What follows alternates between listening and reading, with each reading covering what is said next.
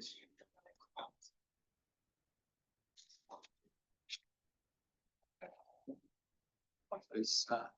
right.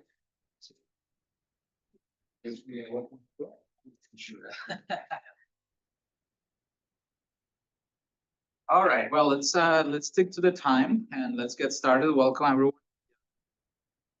Seminar. I see a couple people more coming, but today I'm very pleased to welcome Alan Su as the first speaker this semester.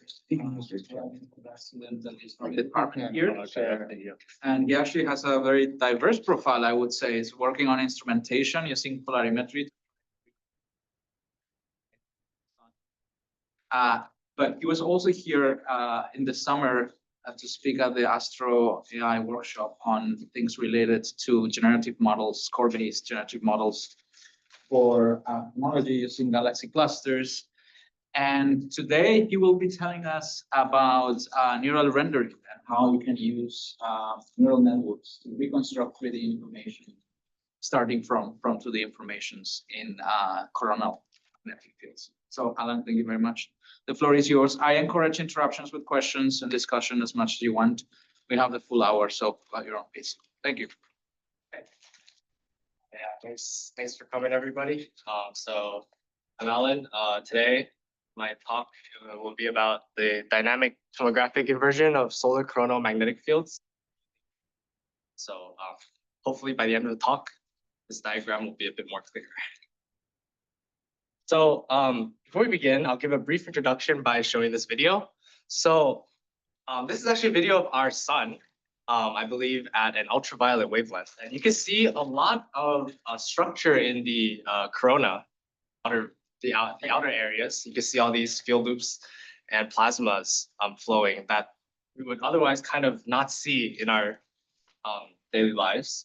And space weather events, such as solar flares and coronal mass ejections, originate from these magnetic reconnection events that you might see in these ultraviolet wavelengths.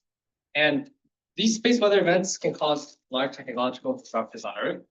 And so to better predict space weather, we often try to model plasma and magnetic fields, try to understand how energy is transported within the corona. So really, to get down to fundamentals, these magnetic fields drive a lot of these energy transport mechanisms, and that's kind of one of the main reasons we want to study. So just before we get into kind of the machine learning aspects, some science questions that we may try to hope to answer. So what can we hope to answer by understanding the 3D structure of corona, plasma, and field? The first big question is, how are magnetic regions topologically connected? So again, this can help us understand particle and energy transport. But it can also help us understand small scale structures. So there's these terms called braiding, twist, and helicity of magnetic fields. And these can better help us understand coronal heating. So coronal heating is a quite an open question. So the corona actually is much hotter than the photosphere. And that is a question that we still we want to figure out why. Typically, when you go away from a source, when you go away from the sun, it should get colder. But actually, there's probably some magnetic energy transport phenomenon happening between the transition between the photosphere and the corona, probably within the chromosphere, that causes the corona to heat up. And perhaps understanding and modeling these 3D magnetic field structures from observational data can help us understand this. The open field lines can help us understand solar wind sources. So these are phenomena farther away from the corona. And the second big question is, how does magnetic reconnection occur? So this can help us understand how flares and CMEs originate, and also just space weather forecasting in general. And this can help us understand how MHDs, magnetic hydrodynamic waves, propagate through the magnetic field as well. So, right. So I think next I would like to go into a little bit of detail of what has been done so far. So the idea is this term called tomographic inversion. So basically, we can only observe the sun with 2D viewpoints, right? But what we really care about is the 3D structure underlying that's kind of that's given away when we integrate along the line of sight. And there's actually been quite a lot of work done already in tomographic inversion itself. And this is both for scalar fields, such as coronal density, and vector fields, which is on the following slide. So scalar tomography, using intensity measurements of the corona, has long enabled 3D reconstruction of coronal density. And the way this works is we measure line emission. So we invert line of sight observed integrals to get the emissivity of these specific emission, probably from like iron lines or silicon lines. And we look at spectral line ratios that are density sensitive. So for example, a common one would be like iron 13 lines around like 1074 or 1080 nanometers. And then if we can observe these line emissions, we take the ratio, and this ratio is density sensitive. So depending on the density, this ratio at different spatial pixels, we're able to recover the coronal density in 2D, and you can extend this to 3%. So this has been done extensively already. I don't want to go into too much detail about the plots, but I just wanted to show that this exists already, and we're gonna sort of build on this in the next few slides. And I guess one last thing. So I talked about coronal density. This has also been done for temperature as well and other scalar fields. But I just listed density here as an example. So the next thing is vector fields. Right? So vector tomography requires something more than just intensity measurements of the sun. We require a spectral polarimetric measurements. So what this means is we also need the polarization of light, spectrally and spatially resolved, to compute the magnetic field. And this is a much harder inverse problem. But there have been some efforts to solve this over the past decade or so. So in 2016, linear polarization data from COMP. So COMP is a telescope, I believe. It's by UCAR, I think. Steve Tomczyk, I think, manages a lot of the instruments that are on COMP. And this enabled the first observational reconstruction of the global coronal magnetic field direction of character rotation 2112. So the CR2112 is just kind of like a timestamp of the sun. And in 2016, this was kind of the first. I believe I have a diagram actually. Yeah. So this is a diagram of what they were able to reconstruct. I believe if you look closely, I think I forgot, either the green one or the red one is the simulated, and the other one is the observational. But you can kind of see that at least in this slice that they showed, the green lines kind of sort of match the red lines. There's some deviation, but I would say that again, I'm not here to kind of analyze this specific work. It is a reconstruction. But so is this a slice through like the equatorial sort of? Oh no, this is I believe it's a spherical slice. Wow. Yes. And this is basically showing the magnetic field lines of a MHD simulation and the observational data. And you know, there's obviously a lot of, one could spend a lot of time looking at you know, how well the two match. But again, I just wanted to show that this has been done before. So sorry, I'm a little bit slow. So this is supposed to be reconstructing some 3D information? Yes. Okay, and so how is the 3D information recorded here exactly? So actually, yeah, I can go into this a bit more detail. So here it's actually just reconstructing the direction. Okay. So the magnetic field direction. So that's why there's these field lines. It's not reconstructing the strength at each point. Okay. The reason is that we're actually using linear polarization data. So from linear polarization, you're actually able to get the direction of the magnetic field. You're not able to get the strength. It turns out that you actually need circular polarization data to get the strength. And I believe that's what I'll talk about in the next slide. So recently, more theoretical work, so I believe observational work is still currently being published, has been developed to perform inversion on both linear and circular polarization observations.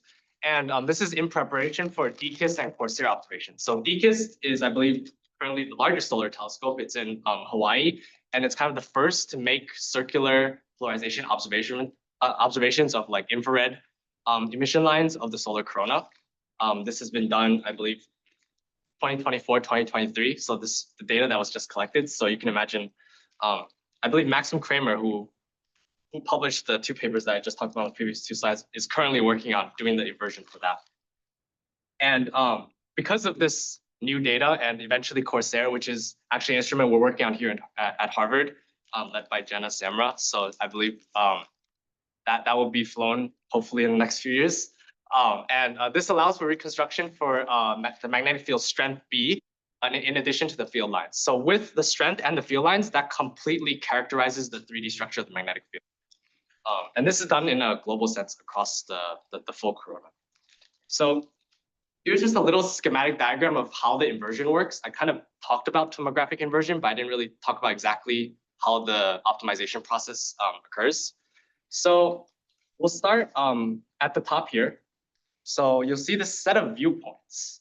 And these are the observational viewpoints. So you can imagine we have some global viewpoint of the solar corona.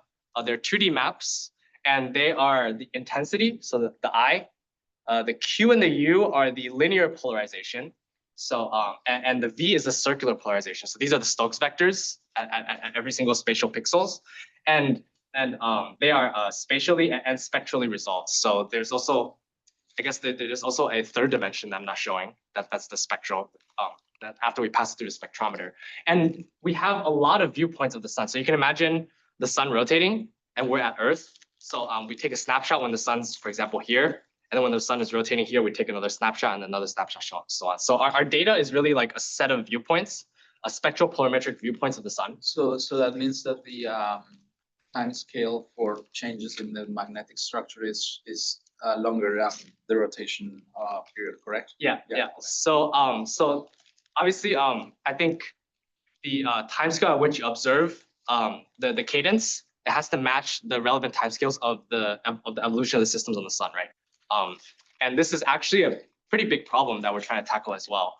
And I'll talk a little bit about this in the future slide, but there's a term in the title of this our talk called dynamic, and that's really trying to capture the time dependence of these chronomagnetic fields in our reconstructions. But currently, I believe most of these reconstruction are static tomographic inversion. So, right, so let's say now we have our observational viewpoints. Now these observational viewpoints can be real observational data. You can also train on like MHD viewpoints that you simulate. But now the idea is from these viewpoints, we want to estimate the 3D fields that are kind of the fundamental 3D fields of the solar corona. This can be the electron density, the temperature, or different magnetic field parallel, perpendicular, radial vectors. So the way this works is you have your set of viewpoints, and current tomographic inversion techniques, they have like their own internal grid. So they have maybe a spherically defined grid, and then at every single grid, they initialize what they predict to be these fields. And what they do is through an iterative process, they take their grid and then they use line formation and line of sight integration code to reconstruct the viewpoints from their initial guesses. And the first iteration, it'll be pretty bad because it doesn't really have any information on all the internal viewpoints, but it'll have a reconstructed viewpoint. And what it'll do is it'll compare with the observed viewpoints, and it'll try to match them as best as possible. So in a machine, well, not machine learning, but like in an optimization sense, the loss function would just be to compare the reconstructed viewpoints and the set of viewpoints.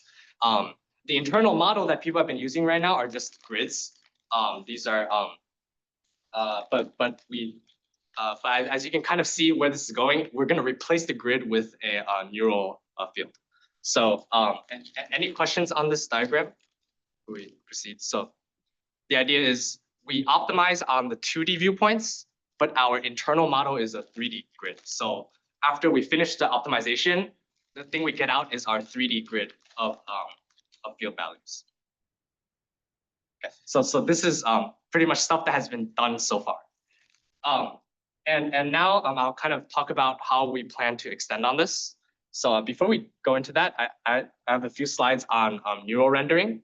So what is neural rendering? So neural radiance fields, or NeRFs, are a recent development in the machine learning field that it basically performs tomographic inversion, although I don't think they use that term in the computer science field, of real life objects. So they take a set of viewpoints of a 3D object, and they effectively try to reconstruct the underlying emissivity field. So what's happening here? So they have a neural network here.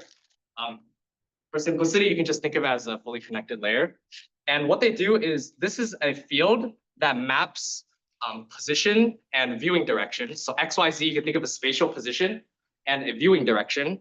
And it kind of outputs the RGB and sigma emissivities. And in a computer science field, what this means is that you're now able to integrate these RGB and sigma, the alpha channel, these values, and you're able to get out kind of the color emitted from a certain position, from a certain viewing direction. And this analogously translates in a more physics sense to the actual emissivity values, the absorption and emission coefficients of like atoms that exist in that location. So again, what's happening is we have a 3D object. So in this case, I believe they tested on a lot of objects. They had a lot of Legos. So I believe they had a Lego truck there. And what they would do is they would take different viewpoints of this object. For example, there's 2 viewpoints here. And what they do is their internal model is basically the 3D field inside. And what they do is for example, they have these 2 viewpoints. They integrate the points in their field to reconstruct these viewpoints, and they try to match the observed viewpoints.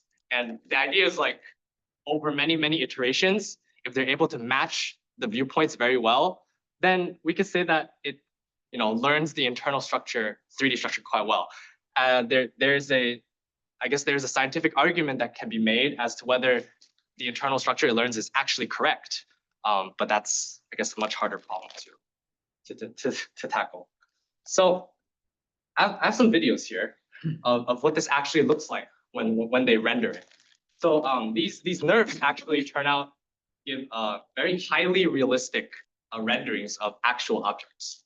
So here's a video of not actual images, but renders of a room that they decided to take. So I'll play this again. I guess let's focus on the left panel first. So you'll see that what we're really doing here is there's a camera somewhere, and they're rotating it up and down just to see a little bit of change in the 3D scene, so that you can see all the details that's able to learn. So in particular, I want you to focus on there's a TV in the middle of the room. So if you look at the TV, you'll actually see that it learns the specular the reflections in the TV itself. I don't know if you're able to see that, but you'll be able to see that inside the TV, it's actually able to you're able to see the reflections of the table, and that kind of, this is just an example, but it really points to how strong these NeRFs can really perform in a practical sense on actual data that it takes. On the next slide, I believe I have some more videos of renders. So again, I just wanted to point out, these are just really highly realistic. So these are renders of, I guess, plants that they've taken, and you can probably search this up on the main paper, Mildenhall 2020. They have a lot of these fun examples online, and you can kind of see the extent to which these NeRFs can perform really well or really poorly. And now I kind of want to connect these two ideas together. So, we have a new neural rendering technique that works very well on observational data that works by taking a set of 2D viewpoints and reconstructs an underlying 3D structure. Right, that's the main goal. And now in our solar physics side, we have a sun by which we can very naturally take 2D viewpoints, and we also want to understand the underlying 3D structure. So what better way is there than to apply the NeRFs directly to this reconstruction problem? So thus, NeRFs are a very natural approach to reconstruct the coronal plasma fields. Right? These plasma fields are highly complex, very hard to optimize efficiently through standard methods of modeling. So why not try out a machine learning approach where we throw a lot of these complex equations that has to learn into the actual parameters that the machine learning network has to learn. So why NeRFs, right? So NeRFs potentially offer many improvements over existing tomographic inversion methods. So I think the biggest thing is NeRFs learn the parameterized functional mapping of the fields rather than a grid estimate, right? So you can imagine a lot of MHD simulations, they output grids, right? These MHD models also try to reconstruct the 3D structure, but they're grids in the sense that the solution is fixed to some specific position. And I guess you can interpolate between these, but it's not really like a smooth function. But a NeRF doesn't learn on a grid. It learns the parameterized functional mapping itself, right? So you would input the position that you want the plasma values at, and it'll spit that out. So this, you can imagine the efficiency in space, in storage, and probably in speed as well, if we use NeRFs over traditional methods. And yeah, so I just said that. So NeRFs offer much more efficient way of 3D rendering post-training, both in storage. And the thing is, NeRFs actually are a very flexible tool. I think they're more flexible than current optimization methods, where once you kind of design them, they're kind of really constrained to the specific problem that you make. I think these NeRFs are much more easily tuned to account for temporal dependence, which I think Kyle brought up, and few shot observations. So NeRFs, this is a very rich field in the last few years. There's been hundreds of papers being published on like extensions on NeRFs. For example, NeRFs that can not only model a static 3D model, but a temporally dependent model. And also few shot observations. So there have been NeRFs. Some might even be used in your phones, where you, like, for example, you take a selfie or something like that, and then you can convert that to a 3D image, or you take like 2 viewpoints and take that into 3D objects. So maybe in some practical sense, we have some corrupted data. We're not able to use some of the viewpoints, and we're only left with like 5 or 10. It's kind of extreme. Well, there have been advancements in NeRF algorithms that can handle that as well. So this is really a flexible tool that I think that can be applied to a lot of physics tomographic inversion problems. Okay. So have NeRFs been used in solar physics before? And the answer is yes. So they actually have in the past few years. Some people have started to use them. And in fact, people have already been using them to reconstruct electron density in K-corona measurements. So K-corona is a little bit different. So all of the measurements that I was talking about before with spectropolarimetric measurements, those are from line emission. This one is actually the scattering of the spectrum from the photosphere of the sun, not the corona, off the electrons in the corona. So this is called the K-corona. And this can also be observed. And in fact, people have used NeRFs to reconstruct the electron density from these observations. And this was done in 2023. I believe this diagram, these are radial, I believe they are these are spherical cross sections at different radii. So these are the two axes are the r at the phi and the theta, and the first column is at a smaller radius, and the last column is at a larger radius. I believe the top is the ground truth, and the bottom is the reconstructed. By ground truth, I mean I believe they use simulated data, so they have access to ground truth, so they can test these models.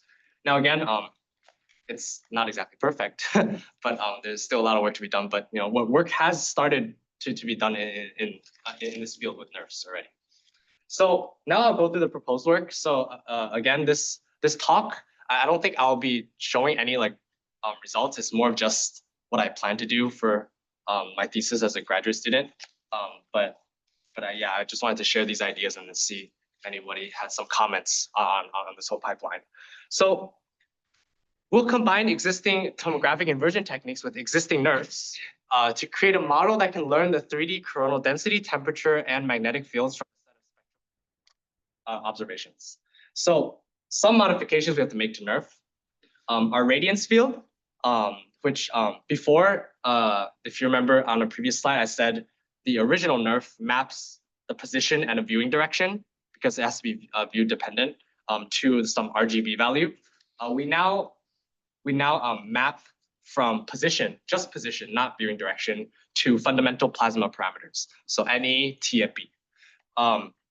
The reason that we don't include viewing direction is that we reserve those physics into the line of sight integration itself. Again, you can think about it as we're learning one step more fundamental parameters. So in the original NeRF, they're learning RGB values, which are effectively emissivities. We're not learning emissivities, we're learning NE, T, and B. We can get emissivities by integrating something called, we can integrate basically NE times a function of T and B, and we can get out the emissivities, but we want to understand something even more fundamental. So you can effectively think of this as we take one step lower, and that step itself, we move to the integration process. So those quantities you're learning are those vectors? So NE and T are scalar fields. These are the electron density and the temperature fields. B is the vector field. So one might say that this is a bit ambitious, that we're learning 3 of these fields together. Again, this project we're going to build step by step. So we're probably going to start with NE and T. I think for NE, we're probably going to need 1 or 2 lines of the same ion at different ionization levels. So like I was talking about the iron 13 pair, you can look at the density sensitive spectral line pairs. For T, you're going to need different ions, and you're probably going to need like 2 or 3 of them. You're going to have to look at some more, a few more different proxies to get the T. So then you would be learning these scalar fields as a function of 3D position? Yes. Okay. Yes. So so the NeRF takes in X, you can think of it as the NeRF takes in XYZ, or R theta phi, whatever your favorite coordinate system, and outputs these, I guess there's 5 values. There's 2 values there, and then there's 3 for the B. I haven't really thought about how we want to parameterize B yet, but it's a 3D vector field. Again, I think I mentioned this a few minutes ago, but the line of sight integration code will be done with existing code used to generate coronal line emission and spectropolarimetric observations. So again, a lot of the physics contained in this pipeline will be done in the integration part. And the loss we use to train the NeRF will be replaced with those we use for existing tomographic inversions. So again, I believe on a previous slide we showed the 2 viewpoints, right? The reconstructed viewpoints and the ground or the observed viewpoints. The loss tries to match those 2 viewpoints, and we're going to use that loss in the NeRF. The NeRF actually uses something pretty similar, but for us we have multiple channels like IQ. Yes. So I just had a question. I'm not too familiar with NeRFs, but each of these parameters you're predicting, is it 3 different neural networks for each parameter, one per parameter, or a trunk and then they split off at the ends? Like, how would you normally do it? Yeah, so there's many ways to approach this. Typically it is, I think we would like to just have one model that outputs 3 as to what the internal structure looks like you said, whether if you want them to share some of the layers and then split off somewhere in between. I think that's something we'll probably decide down the line when we test different architectures. Okay. But I mean, you could probably get both to work, but so long as they, take in the information necessary for the NE and T. So right. So I think a lot of our initial tests will be done on simulated data. I think this is usually a good first pioneering step because we have access to ground truth, right? So we will first be working with simulated data from Predictive Science Inc., so PSI. They do a lot of MHD modeling, and in particular, we'll be using the MAS model, which is the magnetodynamics around a sphere. I think that's what's called model, with coronal line emission integration done using PyKelp. So PyKelp is designed by, I think, Thomas Shad, also in Hawaii. He's with DKIS. It's a nice, I think it's a nice newer version of CLE. So CLE was kind of the older version that people use for coronal line emission integration. But this one's in Python, so I can kind of just use that with all the machine learning pipelines that we have nowadays. And this is kind of what this data looks like. I think what I did on the first column was I'm just showing 2D projected densities and temperatures. So we take the 3D cube, I just projected them so you can see kind of what it looks like. And these are the magnetic field channels. And the bottom are our sample viewpoints that we get after integrating the top row. So this is the intensity here, and then the linear polarization and the circular polarization. And yeah, I think, oh, we also have a question in, I think on Zoom. Hi, yeah, sorry to interrupt. So I'm a little confused about the B fields. Those are not orthogonal vectors? Parallel, perpendicular, and radial. The radial is degenerate into parallel and perpendicular, or how? So what are those vector components? I can answer this, Alan, if Okay. you need a Oh, hand. Jenna, yeah, if you want. Ed, these are the these I pulled these out of the psi mass, the PSI mass cube. And so these are just the native 3D directions, and it's let me see if I can try to remember. One of them goes along longitude. So the way that the cubes out of PSI come are in spherical shells with a latitude. So the three, as Alan pointed out on an earlier slide, your three components are latitude, longitude, and radial. And so this is a B vector along each of those components, if that makes sense. Okay, so there are theta phi, something like that. There are theta phi, yeah. My labeling might be. I think I gave Alan. I think these are ones I gave you. I'm sorry if these are something you Actually, got. I think the B ones are slices, I think, and then the N and T, I think you integrated along the. I'm not No, sure. they're all slices. I think these are they're all slices too, okay. slices, but the B they are slices, but the B components are three orthogonal components. Okay, just one other sort of minor thing, but maybe not, right? I mean, there really are only, since we know that del dot B equals 0, you don't have actually three completely independent variables in B, and since maybe that's useful in constraining your simulations from the start if you go into a system where you impose that del dot B equals 0 on your solution. It does then sort of force the B fields to cooperate in a certain way with each other. But so otherwise, at the end of the day, you're going to have a solution, and then del dot B is not going to be 0, and somebody's going to ask you why we should believe your model, because if the simulation isn't requiring it, then if that's not imposed on the solution, it's not going to come out naturally out of your inversion. Yeah, that's. Oh yeah, Jenna, do you have something else? Yeah, no, go ahead. I think Alan is planning to enforce that. It's something that also that Maxim enforces, but I'll stop talking. Yeah. Sorry. So I guess I can spend maybe 30 seconds or a minute talking about that. So right, so I think Ed brought up a good point. So there's a lot of physical constraints that are that should be imposed when we solve for these vector or scalar fields. And one of them is that the divergence of B has to be 0. And in fact, I think in the loss on a few slides ago, I said that they match the reconstructed with the observed viewpoints, but that's actually only one term of the loss. There's actually other terms after it that you can add as regularizers effectively that enforce these physical constraints. So for example, divergence of B, you can have a regularized term in there that enforces that divergence of B gets pushed down to 0. And that certainly helps a lot of these, like Ed pointed out, these physically, believable solutions. Yeah. Any other questions about this simulated data? Okay.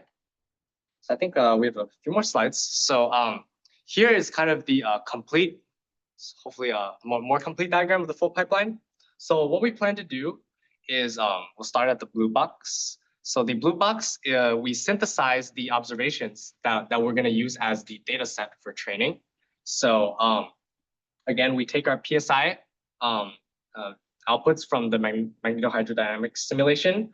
And what we do is we apply our line formation and line of sight integration code, and we generate these set of viewpoints that are simulated viewpoints, or we'll call them ground truth of the sun. Now, we feed them into our neural network our neural network will also use this line formation and line of sight integration code. Now, I think there's quite a bit of work to be done there because I don't think we can just use existing line formation and line of sight integration code because they need to be efficient, right? This optimization loop has to happen many times.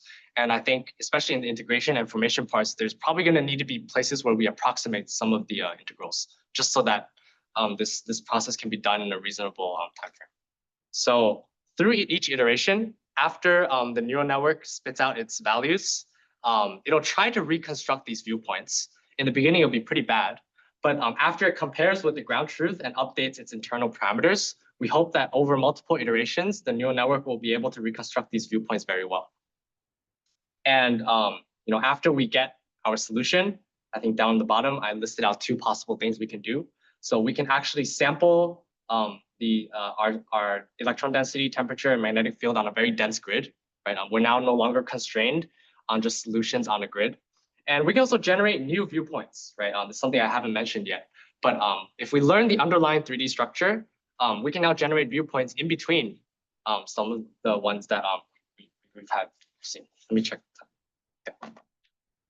So this slide milestones is kind of just what I proposed I would do. So there's 2 phases. I think in the beginning, we just generate some data. We're actually going to start training just by taking only intensity measurements. So we're not going to use the full polarization data. And we're going to do static scalar tomography inversion. And we're just going to try to compute coronal density and temperature first. And then we're actually going to try to use some actual data after simulated data just to see if our models can extend to that. So we're going to try to account for temporal deformation by using some of the more newer NeRF models. And we're going to test on observational intensity measurements from COMP and DKIST. And after we're kind of confident that's able to do scalar tomography, we're going to move on to full vector tomographic inversion. And we're going to take in full spectropolarimetric measurements, IQUV. And we're going to reconstruct both plasma fields that we mentioned above and the magnetic fields on these MHD datasets. And then again, we're going to test that on observational spectropolarimetric viewpoints. So hopefully DKIST by then has some, or COMP data, they have some accessible data sets on the viewpoints of the corona for these lines. Yeah, so just to summarize, we propose a machine learning approach to perform dynamic, by dynamic I mean temporal dependent, tomography inversion of these coronal magnetic fields. And this method combines coronal tomographic inversion methods with neural rendering methods. And to test our approach, we'll first use simulation data. This gives us ground truth values of the coronal plasma and magnetic fields. And then we'll modify our NeRFs to account for temporal dependency and apply our models to observational data. And to conclude, the flexibility of NeRFs have a promising direction towards a very accurate and reconstruction of coronal fields that can be used for downstream. Yeah, and I hope this idea you can hopefully translate to some of your own inversion problems. So yeah, thanks for listening.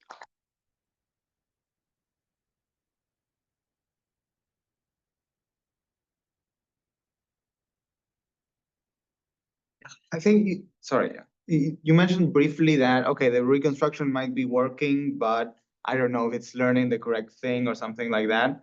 Do you think you could have, like, is there a degeneracy where you could have like 2 different 3D objects that have the same slices all around?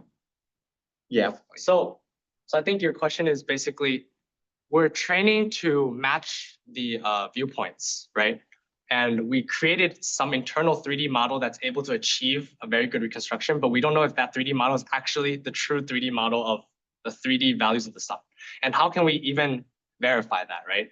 Well, if we do this in MHD, if we have simulated data, we can verify that with simulated data if we have our 3D cubes, right? So that's a good first step.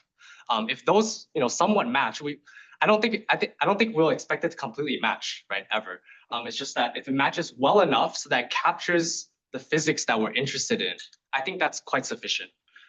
And if we do this with noisy data sets that we kind of make up with these MHD data sets, and we kind of train it so that it still learns kind of the internal structure very well on data sets, we can now apply it to observational data and say, hey, it works so well on simulated data, perhaps we can trust it, the outputs it makes for observational data.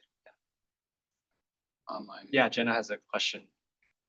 Yeah, this is something I never thought to ask you before, but you talk about how one of the advantages of the NeRF framework versus the traditional tomography framework is that it's not on a grid and it can be resampled to a dense grid in, you know, maybe a small location if you're interested in something local to not something less global. I assume that that's going to be limited by your observations, right? So would the idea, can you just talk a little bit about how the spatial resolution or the sampling, the spatial sampling of the observations provides some sort of, does that provide some sort of limit on the phenomena, the scale of the phenomena that you can investigate from a spatial, the spatial scale of the phenomena? Right. So yeah, that's a good point. So generally, yes. So when you create a model that's dependent on observational data, it is only as good as the noise level in your data, right? I think once you reach a certain spatial resolution or spectral resolution, anything below that, I think it's you have to be very careful to interpret the outputs of your model from that. I mean, I think it's I think it's an interesting question to ask whether the NeRF can learn it so well that it can spatially resolve more than the observational data. I think to some extent it might be able to, but Does that depend on the amount of data you use, for example, or on the viewpoints? Although you say you're not using viewpoints for your original experiments. Did I get so that right? so the number of viewpoints definitely makes the reconstruction better. But I think the question is, I don't know if adding more viewpoints will give better spatial resolution accuracy, if that makes any sense. But then again, like the MHD ground truth values are only up to a certain spatial resolution. So you can really only test it up to that resolution in the first case, right? So, I mean, anything below that, it's, you know, I guess it's interesting to explore, but it'll probably require a bit more thought to conclude anything, right? More than what we typically. Vinay? Two questions. One is, you're limiting yourself to spectropolarimetric data, but you can get pretty good information on NEMT from looking at the EUV data like MSV1. So do you intend to include this extra data streams? Yeah, so the reason we only use spectropolarimetric data was actually, this was more of a project focused on magnetic fields. But it turns out that after kind of looking at this, we saw that there's also been a lot of work on reconstructing density and temperature. So we didn't really include other data sets from that. But you're right, like the EUV lines can provide a lot of information on that as well. So, you know, a natural extension would be to add more channels. I think one could do that just by throwing it in, but you can probably also come up with more clever ways to constrain it better, not just by adding a bunch of channels, but it definitely adding more information to the model will allow it for a better reconstruction for sure. Yeah. Thank you. And the second question is, how much control do you have in your simulations? So for example, can you set it up so that you get changes between your two viewpoints? So you can see, you can evaluate how, you know, what effect it has on the reconstruction if something changes on the sun locally. You mean temporal dependence? Okay, so I think the temporal resolution, I guess, is limited to what the output of the predictive science Inc. people give me. I think I just downloaded the cubes from their website, so I guess whatever temporal resolution they can get, maybe we can get one time step, and then the next one would just be the next time step. Not so much the time step as suppose the sun changes in between your time steps. How much can you change the sun? That's what I'm asking. Oh, yeah.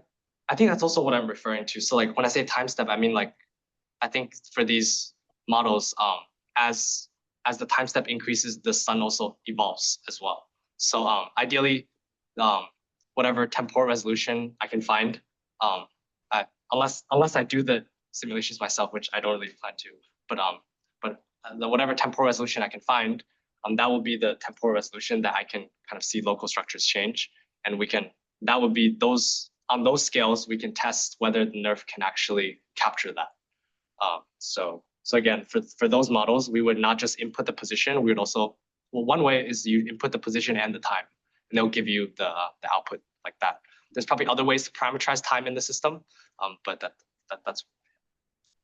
Jen also had a comment on that. Oh,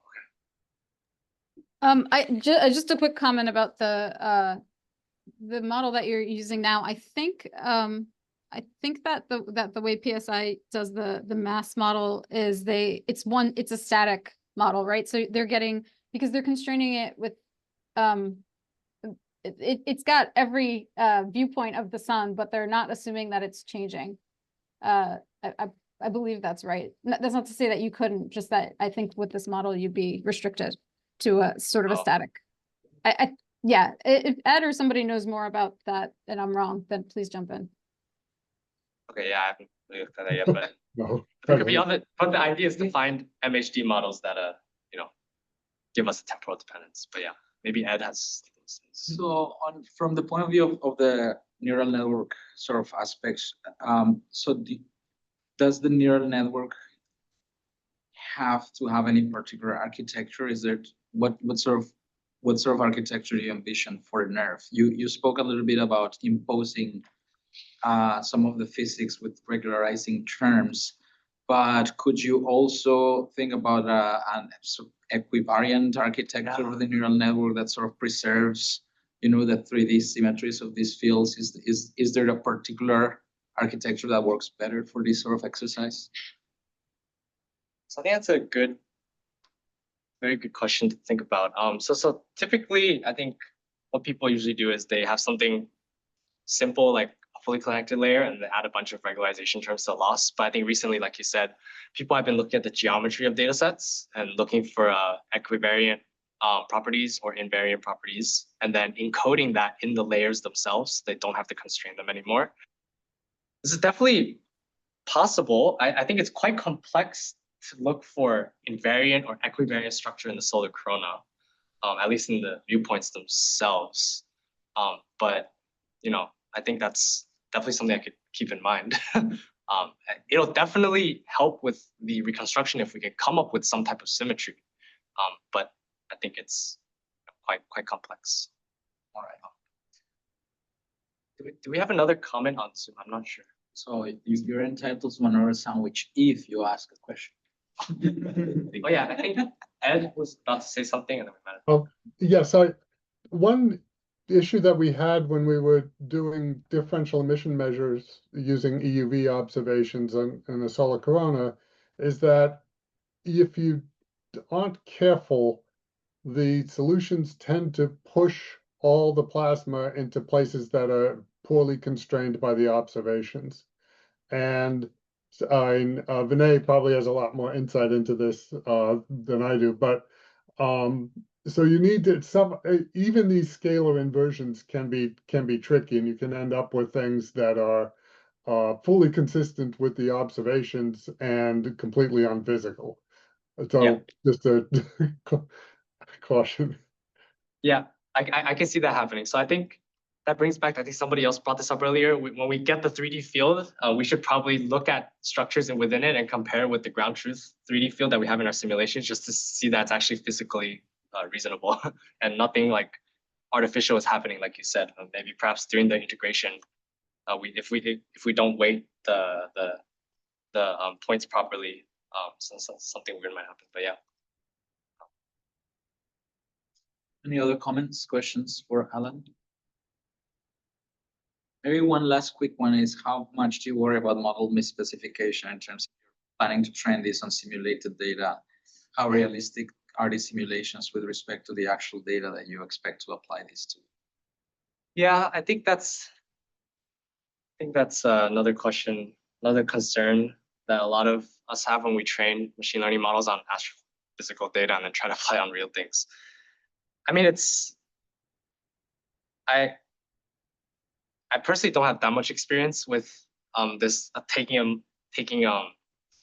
MHD trained versions and applying to observational data, but that I guess I'm not too concerned with it. I think the idea is we step by step convert the data sets that we create into more and more realistic ones. And then eventually, you know, we try to match it as best as possible. I mean, I think that's the best we can do. But maybe someone else has other comments on that.